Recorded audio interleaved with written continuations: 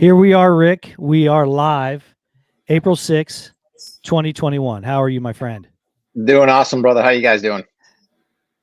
Doing good, buddy. Hey, we have a great show today, and I want you to go ahead and introduce them. But first, I want to make sure everybody, if you have any ideas for the show, what you think about the show, any questions for Jim, put them in the comments below.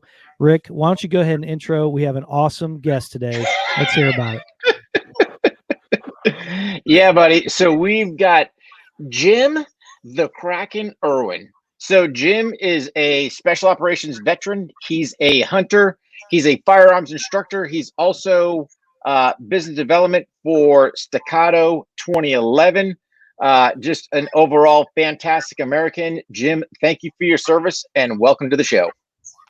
Thank you very much. I enjoyed my time and enjoy continuing to share what I've learned over the years of serving the country and our citizens. Yeah, buddy. So I just wanted to, did I get it's the business development for Staccato, correct? Yes, sir. I run the western half of the country, I guess you could say. Wow. Hired to do 10 states, and then within a short period of time, they decided that they wanted to change the dynamics, so they cut a few people, and now you got 22 states. So keep doing what you're doing.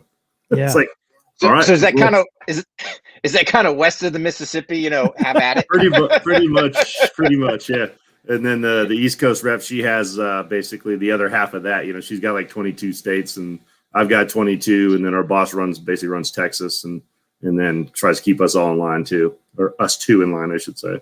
Yeah. Yes, it keeps us busy for sure. Awesome, man. So what do you? I know you've been on the road a bunch. Now are you doing a combination of training and then also kind of showing off the Staccatos, or what's been kind of the op tempo for you, I guess? So yeah, that was part of the deal. I actually started with Staccato in like 2018 as a pro staff guy. So paid shooter, whatever you want to call it, on the tactical side. I wasn't doing competition or anything like that. I was just doing the tactical versions of the gun line. So this looks weird with just me on here, like I'm talking to myself. That's because you're important, brother. Yeah. So when I said, well, okay, I'll come on full time, but I put a lot of time, effort, and energy into developing my firearms training program with Shooting Performance Institute, and I'd like to be able to do that. I don't want to just curb it. And they're like, go for it. My priority is Staccato when I travel, and if I can get some firearms training in the along with it and segue it in, that I do, and then I just pay for that on my own. So like I've been to Colorado and a couple other places where I'll do a firearms training, but I'll usually end up with a 2011 experience in dealer training prior to that, and then stay an extra day or so to offer up my training and continue to share my knowledge. So, sure. But first and foremost, getting the word out, preaching the gospel of Staccato, if you will. Mm-hmm. Well, we're always talking about how important it is to get back, to everybody, not just law enforcement or military, but it's good on you for getting out there and doing it. We've seen a lot of your videos on Instagram. What's your IG handle? Jim the Kraken 1, the number right. 1. Yeah, man. So, so that tells me that there's more than one Jim the Kraken. In all my travels, I swear to God, never know. I was on a detail with Taylor Swift, right? A protection thing for Taylor Swift. And here's this dude who's like 5'6", $140, probably a Marine. I think he was a Marine. And he's like, no, you can't be the Kraken. I'm the Kraken. I'm like, what, little man? I'm like, yeah. I say that jokingly. So yeah, I guess it is a common nickname. But I did not give it to myself. Like it would have been something not water based, being that I was an Army dude. But you're the number one Kraken. So yes, the number one that Kraken going for you, right? No, the videos are great. I see some. You did some trauma stuff over this past week, along with some handgun. We're getting ready to do that. So that was a. Oh, you're getting ready to do that. So, yeah, I did a pistol carbine class last week, a 2-day long range class the weekend before that, and the 24th of April here in Minden, Nevada, we're going to do a pistol class incorporated with tactical medicine, because I think it's important to understand that you don't always get out without a scratch, right? Mm-hmm. And everything I've learned in the military, as casualty care is important, right? You can have a badass soldier or dude or dog, and they could die in your hands if you don't know what you're doing, right? But you could save them, like with just a little bit of training, you could save a life. And everything I've been doing in the last 7 years is really, I'd say, grounded in sharing my knowledge of how to increase your survivability and increase your lethality in an everyday world, right? You don't need a mouthpiece and a helmet and nods, but here's some serious stuff you need to know. Here's the fundamentals of shooting, and here's critical tasks you must know to survive. Right. Is that is upcoming? Is there any slots left? Should we put that out for everybody, or are you guys full? It'd be awesome. It'd be awesome. I think we have 12 slots left right now. It fills up usually like the last week. So they want to jump on my website, shootingperformanceinstitute.com. It'll tell them right there in the ticker how many slots are left, and absolutely love to have them come out. I have a 20+ year veteran from paramedic, firefighter, he's seen it all day in and day out, still doing it, coming down. We're going to shoot some roasts. We're going to break some bones, not human bones, but and then there's going to be a scenario at the end of that class where you got to figure it out. Yeah. We'll put that in the show notes. Yeah. We'll put that in the show notes and hopefully drive some traction to that, because you guys don't want to miss that. Sounds great. Anything else going on before we get into your firearm stuff? There's a lot of travel. I'm headed to Idaho this week to do some dealer training and an experience for HOGG Tech Arms there in Meridian, Idaho. Personally, more training, more shooting. I had my first day off since the beginning of February yesterday, and we went out and shot. It's like, wow, that's what we do. Yeah, that's coaching my wife on some stuff, so that was cool. Awesome. Gonna actually, one of the things we actually already planned is in June we're gonna hit a Chris Stapleton concert if it actually goes. Oh, that's cool.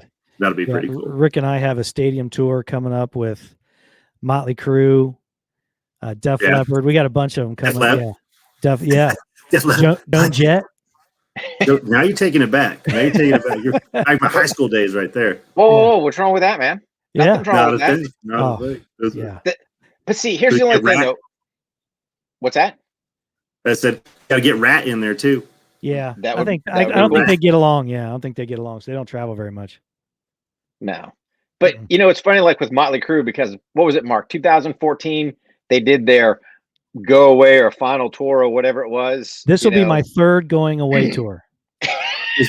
Yeah, I've been to both the previous two. This will be my third one. Poison. Yeah, Poison's going to be there. That's a big show. Now, we're going to try to get On the Range podcast broadcasting live from a venue close to that event. We're still working on that.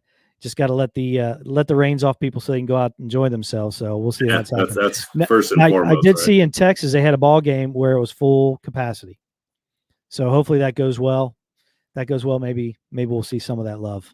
Well, with the new president, like everything's good now. Like there's no virus anymore. No, he cured it, which is good. Crazy. Hey, that's another podcast. Yeah. Oh, 100%. Hey, I was going to ask you, brother, how are you seeing your student enrollments with kind of all the crazy ammo stuff going on? Are you having to adjust stuff? Are you, obviously you're plugging in the medical stuff. Just, I'd like to hear from other instructors' standpoint, kind of what they're seeing with just some hurdles as far as getting students. It's one of the first questions asked, like how many rounds are we going to need? And I have seen some hits on enrollment. The classes have actually been filling up, but like my pistol carbine class, we had like 4 or 5 people, and it wasn't because it was like a bad price. There was just the nervousness of using ammo, right? And being able to get it. Northern Nevada, basically anywhere in the United States right now, you see it, you nail it, you grab it because it's hard to get. I've tailored my courses to adjust for round counts, so they're lower round counts. At the end of the day, what I need you to leave with is the knowledge, not necessarily how many times we pull the trigger. Right. Sure. And if you look at the fundamentals of shooting, you can do 6 of the 7 fundamentals without firing a shot. We start to incorporate more of that dry fire, movement, using the brain housing group and getting them thinking while they're moving and understanding like standing still in a gunfight's not a good idea. And if you want to make a basic course advanced, I make you move your feet. That's it. Or I put a timer next to you. It immediately gets advanced. It's like, beep, they forget everything you just showed them. Yep. Oh, yeah. So I really focus on that and how we move. getting the mindset right to where think about when your hand touches the gun, it's time to be a savage, right? Options are over. It's time to win and win now. And you can spend a lot of time in reinforcing that. That's the word I'm looking for. Reinforcing that, slowing down the amount of rounds we're shooting. How quickly can I do this drill with 2 or 3 rounds instead of 15? And then have the culmination drill or exercise be where they plus it up and they've got to move for like a minute, right? Now the heart rate's up and they're trying to hit these shots and they're going from rifle to pistol. But it's the knowledge they got to lead with, right? Not how many rounds did they shoot. Yeah, no, totally with you, because that's one of the biggest things I see is, you know, I don't think a lot of people that's carrying a firearm, regardless whether you're civilian, law enforcement, or military, I don't think everyone has truly thought of the process. I'm carrying this firearm to potentially take another person's life. Yeah, that is literally what you're doing. Literally, when you boil it down, that is what you're doing. But, you know, very similar to like what you're saying, I tell them it's like this. It's an unemotional event because that other person voted hostile intent to you. So, for example, if you want to say my legal advice, I can state that, you know, use of deadly force in the state of North Carolina, imminent threat of death, great bodily harm, or sexual assault. The state tells me I can defend myself. Boom.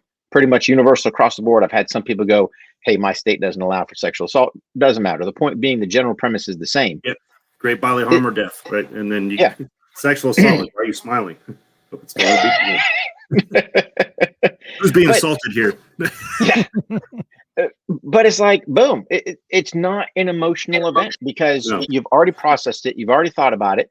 I'm not out there looking for the fight, but if the fight shows up, boom. And that's what you try to instill in the students. You have no option. You can't be second place in a gunfight. You can't. No.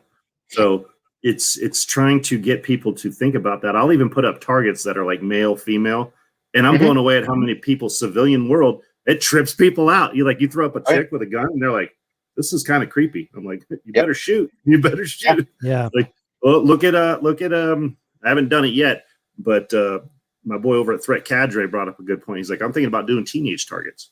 I'm like, damn, that's a good idea, because think about that.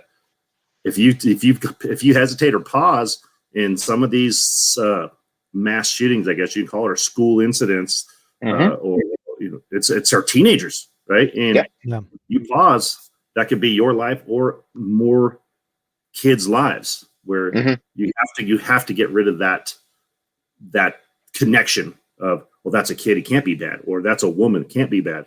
My ass. Yeah. It's a threat. It doesn't matter. Period. You know, that's it. I mean, it's cut and dry, because, you know, I haven't thought about the, if you want to say the more realistic targets, what I do is actually have my students bring old t-shirts. So we're actually shooting at some type of material. Because you would be surprised that I hang this big hunk of cloth on a target, and man, where they think center mass is, it goes away, doesn't it? Yeah, big time. We kind of lift up the target or up the t-shirt, and you're like, oh, good Lord. It's like, look here, my man. That's not a stopping shot. Yeah. No, but you try to teach them regardless. The collar's the constant. And if they're using that as kind of their gauge where to put their hold, they're going to get good solid hits. But it's just, I've had people, you know, it's one of these that, man, I don't know if I feel comfortable shooting a piece of material. I'm like, excuse me? And you're carrying a gun for a living? You know, you need to kind of step back and go, I'm not sure if this line of works, you know? But I think too, what's cool about that technique or that drill is, if you watch most shooters that come to train, right? Remember I talked about that mindset, for lack of a better term, that combat mindset, and being willing to go to work now, be a savage. One of the biggest things I see is they shoot and immediately drop the gun to see the hole they made in the paper. Sure. Yeah, right? Oh, you see it all day.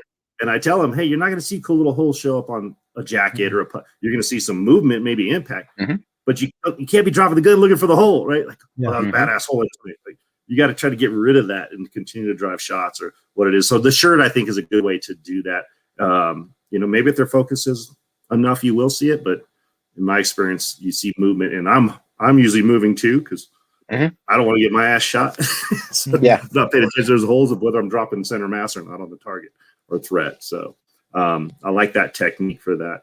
And again, I'm throwing a kudo out to Threat Cadre because I've been going back and forth with him a little bit on some targets, and he's actually creating another target. So got an overlay with the body and the vitals, and then it's like an overlay of a shirt, and then you can just lift it up. And I'm like, that's a good idea. Like, that is a keep good doing idea. you, man. You're on a good track here. So and it's amazing.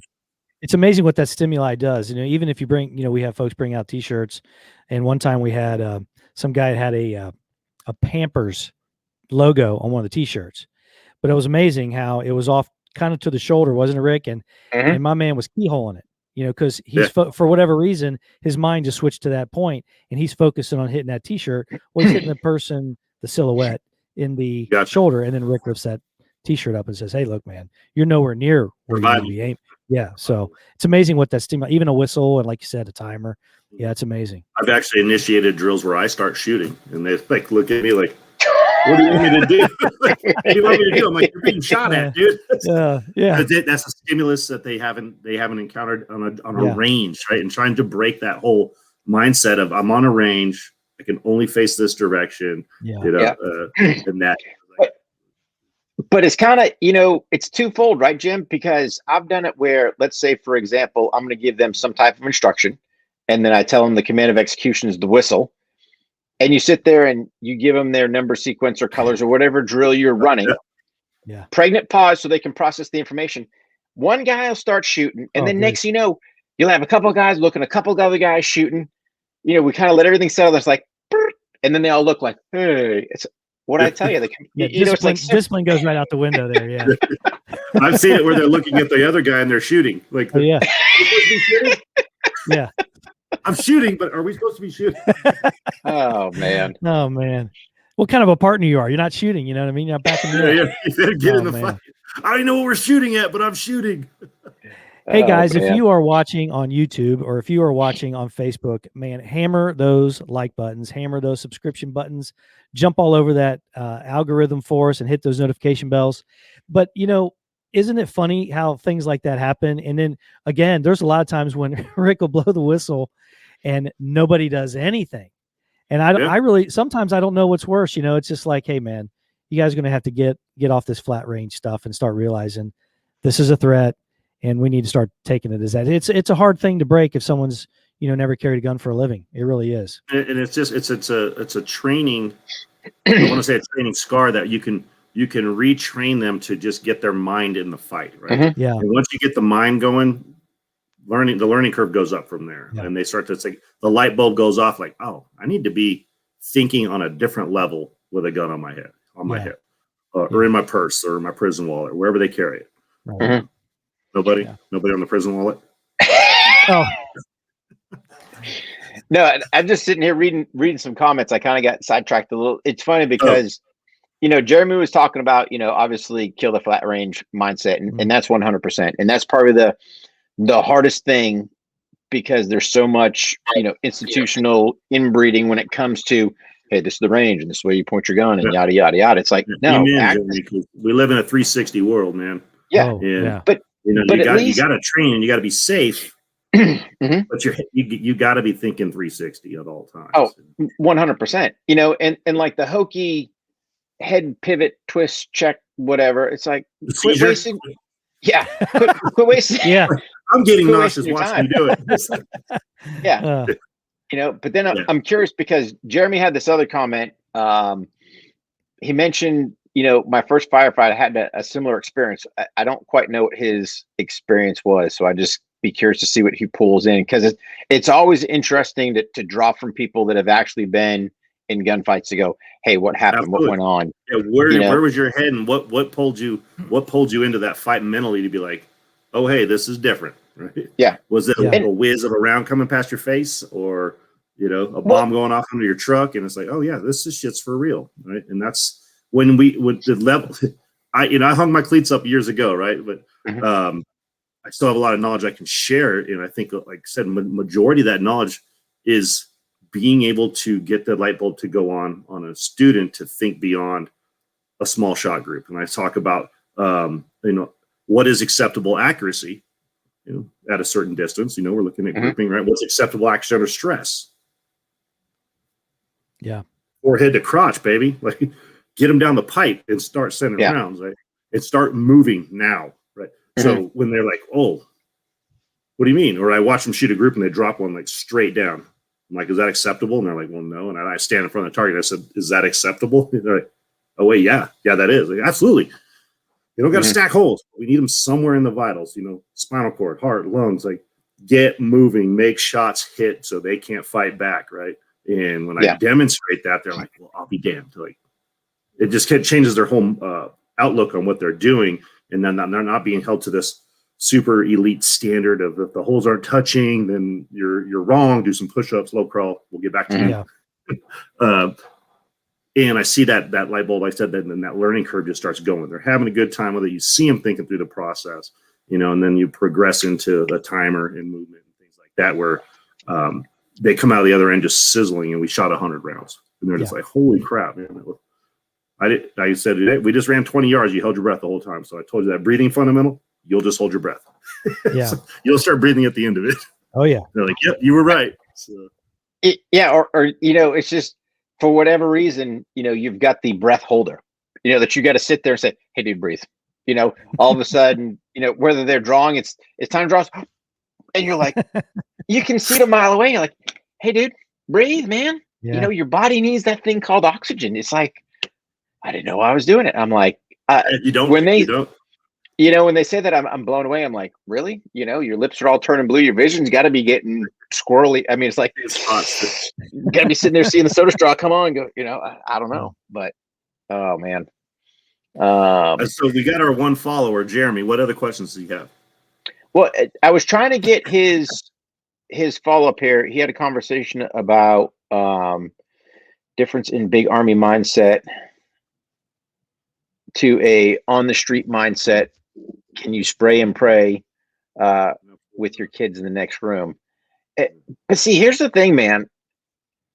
Everyone kind of has this mindset that the Army's all about, spray and pray. And you got to look at what they're doing, right? There's some guys that are doing good shooting, but it depends on the application. You see it more to the CQB side, where I think they're doing a fairly good job, short of trying to CQB with their saws, which we won't get into their ideas for that one. But then at the same token, I've seen the Army kind of lose, in my opinion, a little bit of the whole suppressive fire concept. So how do you balance the two? And I think it just goes back to, at least from the Army side of them training, hey man, if you're an infantryman, there's times you just need to shoot bullets in that general direction. The line. We're on this side, they're on that side. Send it, right? Yeah. First thing you do is get rid of any sort of media presence with your unit so that you can hammer, right? And, hey, this is a bad village. Guns go that way. Trucks go that way. Everything goes that way. Good guys on this side. Where you do when you get into the hostage rescue counterterrorism thing, you have to be surgical. But they're at the big level. If we are taking a city and you're still there, you're an opponent. People are probably going to freak out. But what if Aunt Tina's still there? Like, hey, Aunt Tina should have moved out a long time ago. But we have evolved, right? We're not doing trench warfare. Come out of the trench and just start mowing shit that direction. Yeah, we have air cover that can see from freaking space. You have all this other stuff to help you be more precise in that. But when it's time to hammer all guns in a direction, like that is an awesome display of power. Brad. He always has, Brad always has good comments. He said, "I'm guilty of admiring my own work on the target." Yeah. It says a lot of times instead of practicing the fight, my son's a cop and admonished me for it this past weekend. So good. It sounds like his son's getting his dad squared away.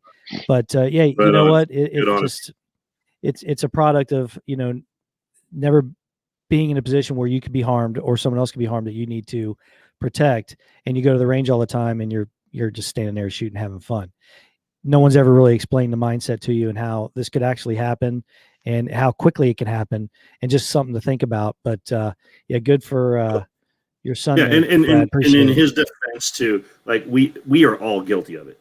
God, yeah. Some of the best shooters in the world are faster to the holster than they were on target.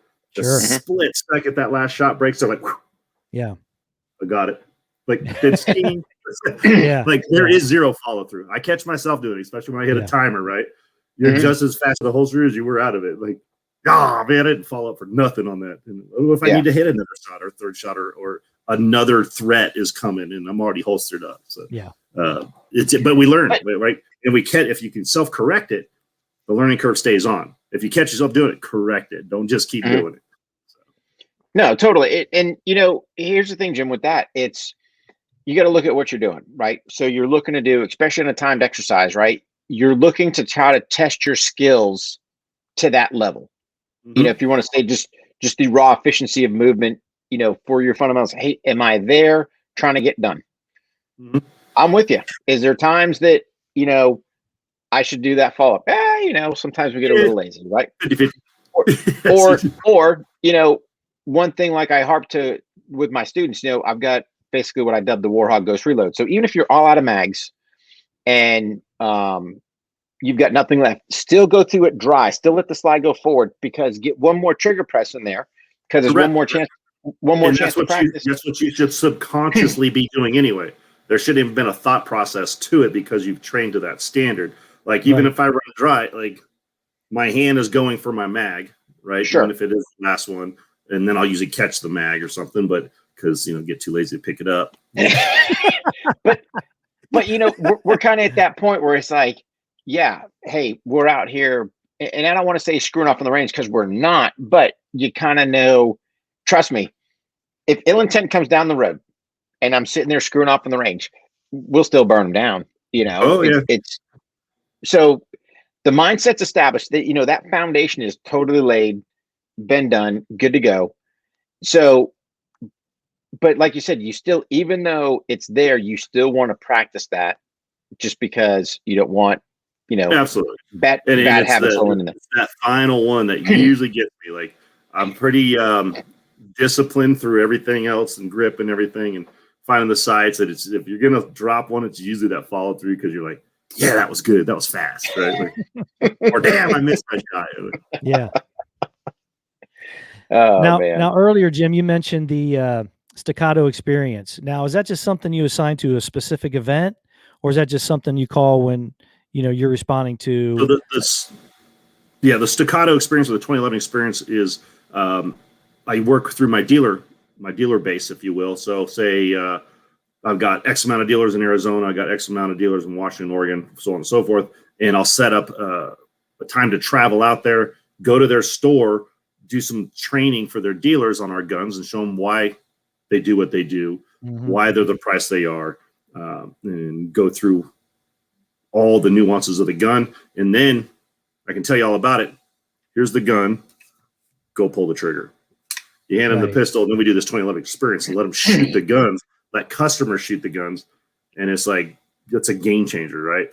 You got a $2,000+ pistol handmade in the US, and they're like, $2,500. I'm like, first of all, if you're going to carry it for personal defense, how much is your life worth? Yeah. Right? This is an investment in your life. When you guys are going overseas, did you buy your own body armor? I sure as hell did. I did, because I didn't want the dude's armor he's going to hand me. I don't know how many times he dropped it in the truck. I was like, I'm rocking my own shit. Sorry. Yeah. So, no, they were good with us, that's man. Brazilian when I was doing the contract stuff. The Army, here's your kit, go. Right. But as a civilian doing the contractor stuff, I brought my own kit because I trusted it. So sure, I want my gun to be the best possible gun to defend my life or others. Right. And if I know it's reliable, it's easier to shoot better. It doesn't move as much on target. Like, why would I not go that route? So that's the reason behind the 2011 experience with staccato is before you go spend that kind of money, and before you go drive the AMG or buy the AMG, drive it. Like, you'll know where your money's going. It'll make you a believer within 10 rounds.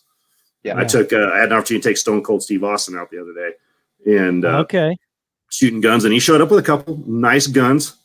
Started with a T, ended with a T or L. They were going with it. And he's just like, damn, like these things shoot.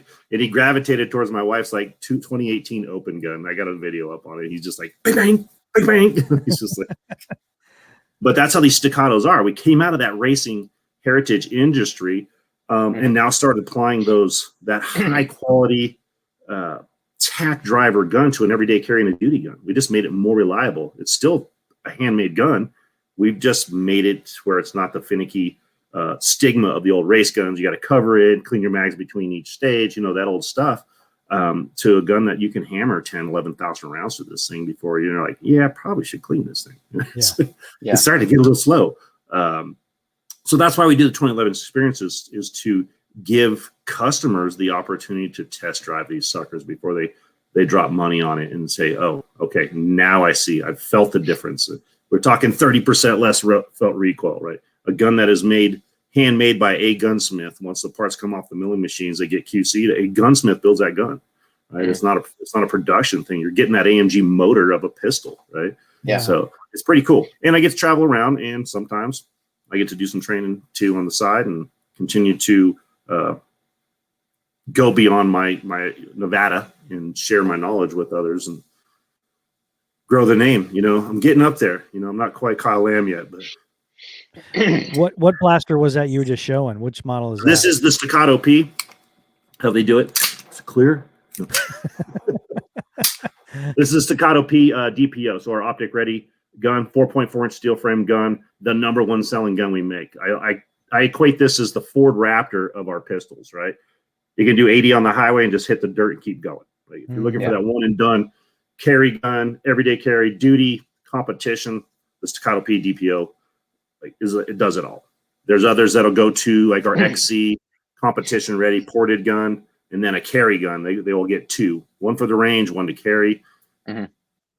Us mortals, I can afford one of these bad boys. It's going to be the PDPO, right? Lifetime warranty on the guns. They are exceptional. I think you guys know enough of me or about me now that I will not put my name to anything that I truly don't believe in, would trust my life with, or put other people's lives, or protect other people's lives with. So I was just talking about some G9 ammunition too, with a guy. I'm like, hey, dude, I've carried my stuff. I believe in. He's like, do you really believe in it, or are you just selling it? I'm like, no, dude, it's in my kit. And I hold myself to a standard that it's a huge responsibility, like to train and educate people on how to defend themselves with lethal force. If you're starting to recommend kit, firearms, ammunition, that's all life-saving pieces of kit, and they fail. That's a huge burden. Like that's a responsibility I take very seriously. I absolutely hate teaching CCW classes, right? To me, it is a huge thing that I'm coaching and getting people to understand how to protect themselves. Like, they have to be able to do it. And you steer them wrong, right? You're like, I feel a sense of personal responsibility, if that makes sense. So if I'm sticking my name on something, man, it's going to be for real. And, I mean, 100%, Jim. But so a couple things. I'll hit the CCW part real quick. It's hard, in a day or 2 day class, which you have them for, a short period to really, we're kind of laying, if you want to say, in half an inch concrete. We're really not getting a full pour, good foundation like we need. Absolutely. And I tell them that right in the beginning. I say, look, this is a class to get you certified. This is not a training class. This is making you aware of situational awareness. This is the pointy end. Here's the laws. Right. That's it. I said, you want to actually learn how to carry, you need to take a class, because this is not it. And I tell them that like in the first 5 minutes. So. And then just one thing real quick on the staccatos. Are they only in 9, or are they offered in other calibers? So every gun we make is in 9mm right now, except you can get our XL optic ready version in 40 cal. It's the only gun we offer in that 40 cal, and that's that competition ready full. I'll show you. All right. He makes a good point about that CCW. Even if you give them a full day of really good stuff, that's still a burden to carry, man. You're sending these folks out there. That's a great point, Jim. And it's tough. It's tough. So the XL is basically our 5.4-inch, I didn't say porn, I swear. 5.4-inch, 5.4-inch race ready pistol. This is basically replacing the older DVC like 3-gun or limited. So we go to this one. Super smooth, super fast, super flat. We offer this one in 40 cal for that competition purpose of hitting that power factor. And then there's the XC. Yeah. Dude, if that Super ain't sexy, I don't know what is. Yeah, this is like cheating. It's cheating. Yeah. It's one of those. I don't know if you can catch it, but where I can rack it without like grabbing the slide. Yeah. Wow. It's they're phenomenal guns. Yeah. So have you seen, like, when you go out and kind of do the staccato experience? Because again, it is, I'm going to say, a 1911 style gun. Yeah. Yeah. You know, most people don't understand the 2011. We'll just say 19, Modernized 11. 1911. Yeah. Mm-hmm. Yep. Do you find people have dramas with the hammer back? Oh yeah. And don't feel comfortable using a single action gun? Yeah, I do, absolutely. I just point, get out. Yeah, you're out of here. Yeah. No, it takes a little explaining. Mm-hmm. You kind of have, there's like two demographics, right? There's like the old school, if it's a 1911, it's got to be a 45, right? And like, been carrying 1911 my whole life, and this is one my grandpappy gave me, and I'm like, it's a badass gun, probably a horrible trigger, blah blah blah. But right, but they're like the purist of the 1911s, and then you have the newer generation, if you will, that have been on these non-external safety type guns, plastic type guns, like striker fire, right? Without putting out a name, right? Like, you know where I'm going. We got you. You hand them that, and they're like, "What is this?" Like, that's a rear grip safety. Like, wait, what does this do? Like, that's a thumb safety. It's not in here. It has a safety. Yeah. But isn't that dangerous to have the hammer cocked? I'm like, absolutely not. Like, years and years of carrying these guns with the hammer back, I've actually seen them like decock it. I was like, that is more dangerous. And you just create a malfunction. Trying to just educate them on the platform in the inherent nature of a 1911 being easier to shoot because it is a single action gun. And when you start to explain that, and that feel is the same each and every time, and the take up, the slack in your trigger is just minimal. And they start to like, oh, wow. Okay. And I said, and this is just practice. I mean, this is not, wouldn't this cost me my life? I'm like, it's not, I'm still alive. Like me having to hit that. Me having to hit that. Right. Like, but it's part of your presentation to target. Like, it's a training thing. Yeah, it's a training thing, not a mechanical thing. No, it's just like people that argue with the whole AR safety deal and all this stuff. It's part of the platform. When people say that, all that tells me is you haven't trained. Untrained. Yep, trained, untrained. That's it. It's like when you draw that 1911 out, your hands are going to a certain spot. Your thumb's going to a certain spot. Oh, when you shoot it, your thumb's in a certain spot because that keeps that thumb safety down. So it's not, having some wonky grip. Now you're kicking it up, causing drama. Yeah. And trust me, pretty much if you're taught the correct way, it's the same grip you do on another gun. Yep. We're putting a safety there to prevent anything. So it is not being familiar with the platform, right? And so you usually get a little bias too. Totally cool, man. Hey, if maybe it's not for you, I would encourage you to shoot it. And when they do shoot it, they're like, "Oh, I'll be damned." I'm like, that's way different. That's way different. And their groups are like that. Yeah. I had this last weekend. I did a VIP event right after hanging with Steve, and it was a VIP after a VIP. And this guy brought his teenage son out, and I said, "Well, have you ever shot before?" He's like, "Nope." Or no, that's not what he said. We get shooting. He grabs a gun, and he's probably 15, and we start shooting. Or excuse me, I start explaining the grip, and he starts to shoot, and he starts to lean back, and I correct him and everything, and I just coach him up in probably 5 or 10 minutes. And I go, "Well, how many times you shot before?" He's like, 20. And he points at the target. That was the 20 rounds he just shot. And he shot a 3-inch group with that gun. Wow. And his dad's back there like, can't. Like, he's like, "That's awesome." That's my boy. With a little bit of coaching and a gun that shoots extremely well. Here's a kid that's never shot before in his life, and I handed him a staccato P, and he just drove a 3-inch groove, just because he was so focused on. There was a couple times I'm like, "Hey man, just like bring the gun down," because it's like he's been holding it for 5 minutes up there. I'm like, "You can break it down, man. Breathe. Take a break." Yeah. And are you like? So you're like the. Sounds like you got a lot of VIP clients, huh? I do live outside of Tahoe, and the CEO used to live up here in Incline, just up the road, right? So he has a lot of friends up there. So he'll sometimes okay. get a call. Hey, I got some buddies want to check out these staccatos, and I'm 30 minutes away. Hey, Jim, we could do this someday. And Steve happens to live locally too. He just happens to be a friend of mine. And he just got his Nevada license. He's like, let's go roll, dude. Let's go shoot some of these guns. We got to time out for a second here. So you're telling me that Stone Cold isn't down in Texas at the Broken Skull Ranch? Sold it. He's at Broken Skull 2.0 or 2.0. Can't talk today. Nevada edition. Yeah. Okay. Yeah. All right. He's up here where we live now. That's cool. Does he still have the place? The place down in Texas, was that just, do you know any detail? Was that just for the show, or was that actually his place? No, that was his place, and he had it for a while. Okay. He sold it, and just it was getting a little too much foot traffic. Gotcha. Okay. Yeah. Yep. Border crossings, as he called it. Yeah.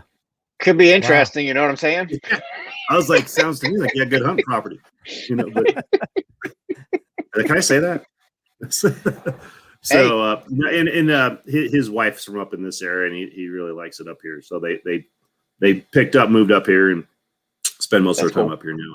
But yeah, still doing shows and everything, and super cool dude, but pretty down to earth guy. Yeah, I mean that's a pretty cool experience, just because to me the Broken Skull Ranch, that thing, and his whole Broken Skull Challenge, that was just a very cool event where it's like, flat out, hey, either you got it or you don't. You know, one shot at the title, that's it. And just the thing that would kill me, and I don't know if this was for TV or if he's really like this, but his little quirky comments after their little fights or whatever they were. I remember one time I laughed so hard, like had these two chicks fighting over a sandbag or something.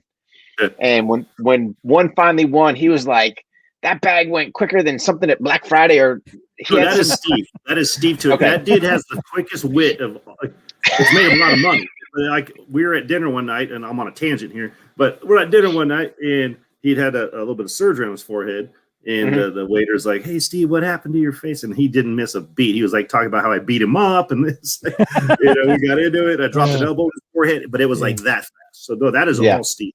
Okay, that is all Steve. He is quick-witted and funny as hell, man. He's a funny dude. That's cool, man.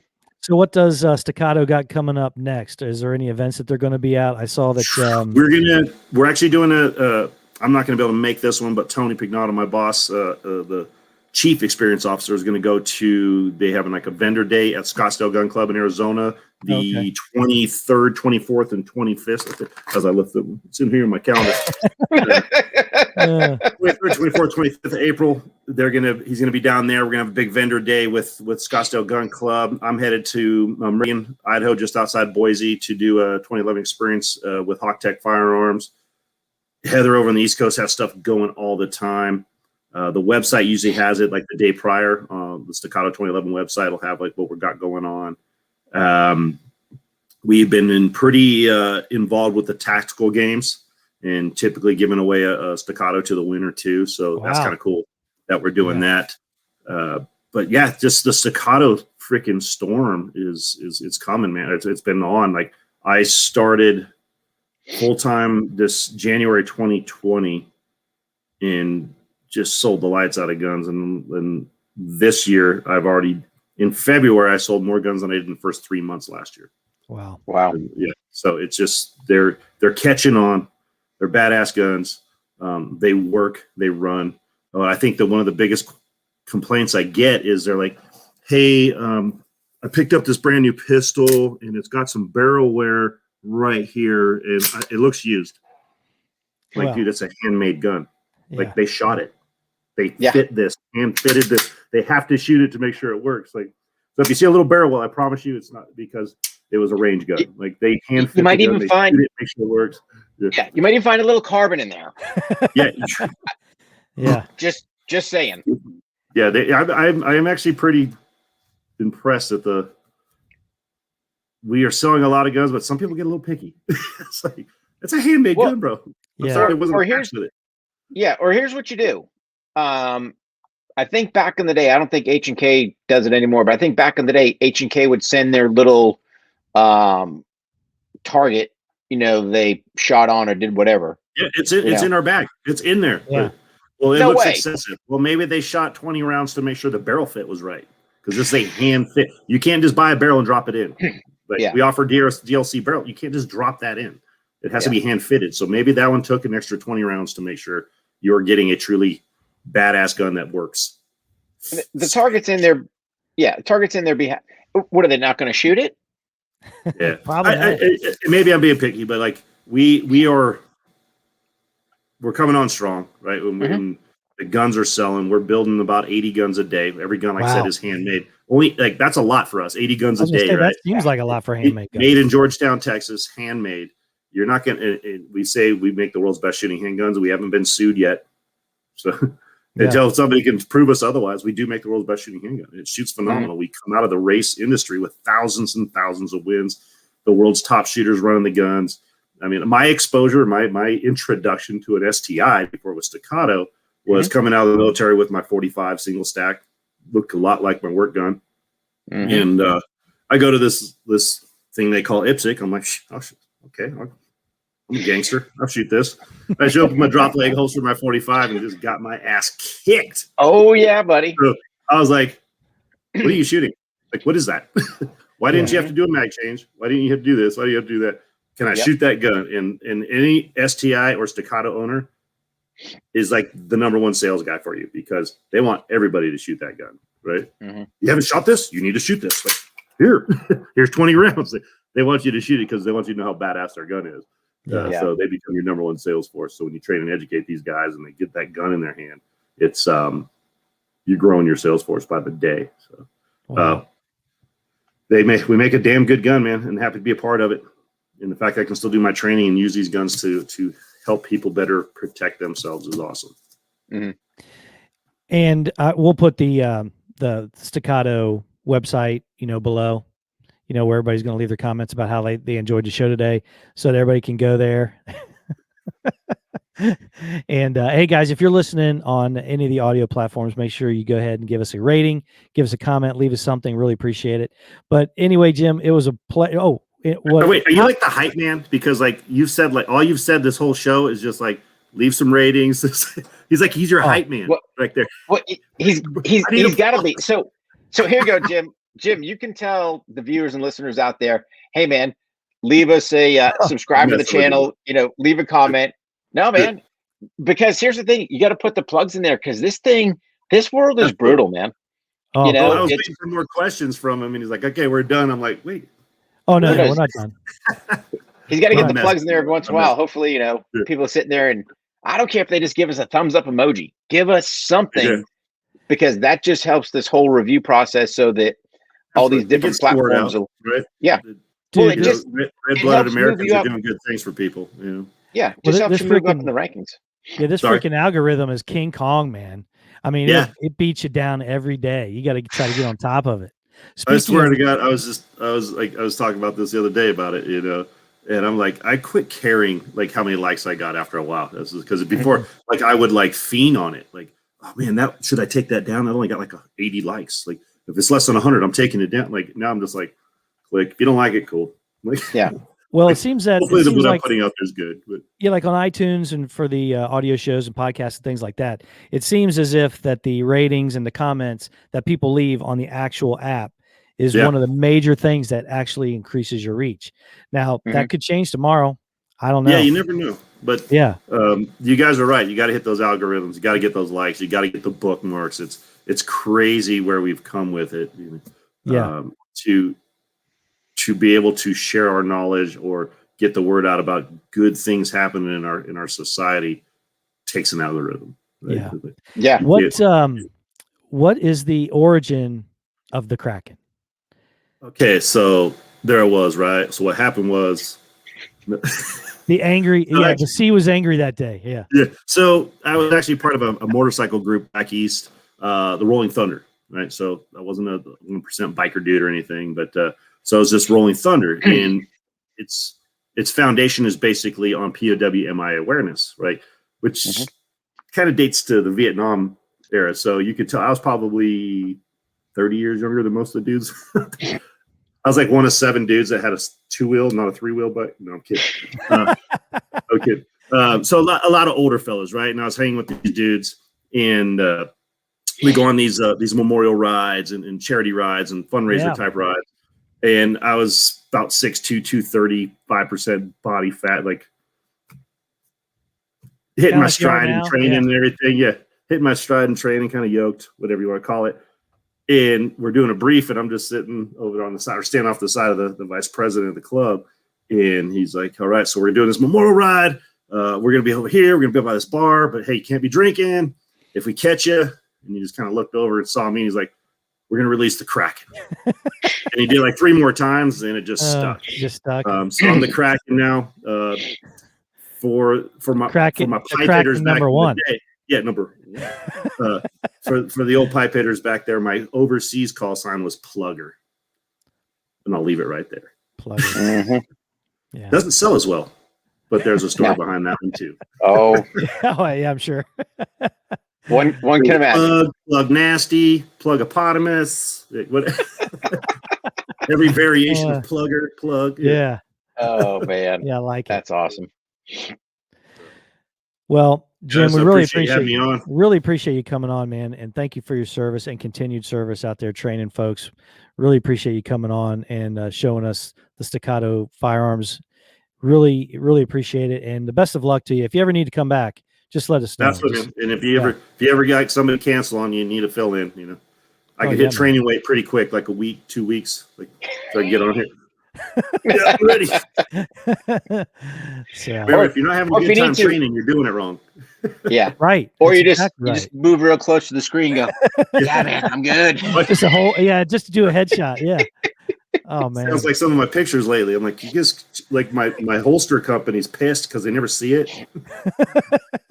Just above the abdomen, above. No. So, yeah. Hey, I married an Italian girl, man. She feeds me like a dang horse. Oh, well, don't hang up before we'll sidebar. Just hang on, okay? All right, buddy. Got it. All right, Rick. Great show, man. Yeah, man.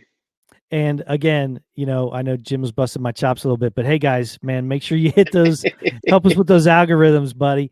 And great show today, and everything's going to be in the show notes. And make sure that we can get people directed towards Jim and Staccato and everything he's doing. So just a great show. Absolutely, buddy. Yeah. All right, buddy. Thank you, everybody. Have a safe Tuesday and the rest of your week. Really appreciate it. Talk to you soon, Rick. All right, buddy. Take care. All right, buddy. All right, man. Bye. Yeah, man. He's killing me over there.